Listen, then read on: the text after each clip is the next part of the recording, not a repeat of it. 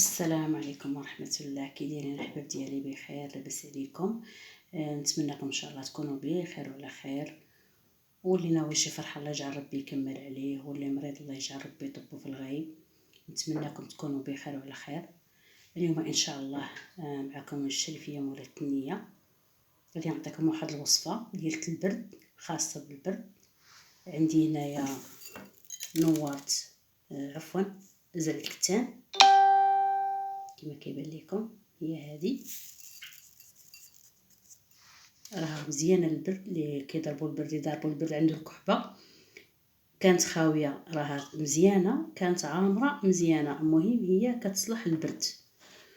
وكنشكركم بزاف على التعاليق ديالكم الزوينين وعلى التفاعل ديالكم مع القناه.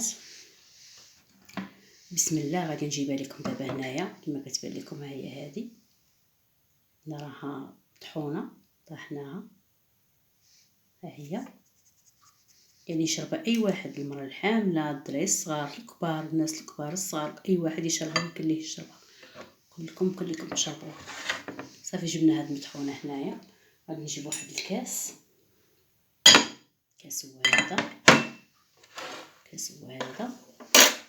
سمحوا لي، انا شاده التليفون بيد كنصور لكم، ما عنديش كيفاش غادي ندير. صافي الحليب هو هذا، كنفيضوا الحليب كنخوه هنايا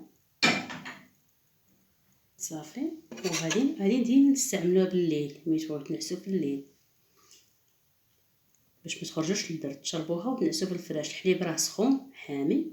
غادي ندير واحد هنايا 2 معالق صغار، هي معلقه كبيره كما كتشوفوا صافي. وغادي نتحركوها مزيان. نتوما يا راكم عارفين قياس الدراري الصغار ديروا غير معلقه صغيره هكا عامره، والكبار يمكن لكم ديروا لهم 2 معلقات عامرين.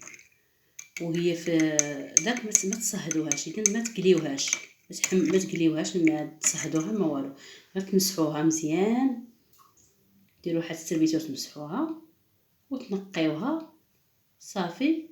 ما تخليو فيها حتى حاجه، نقيوها مزيان وتمسحوها وطحنوها في الميريكس، ديروها في الماكينه وطحنوها. هذا هو اللي غادي نديروها صافي. تخلطوها هكا وتشربوها. الا كانت الكحبه ملح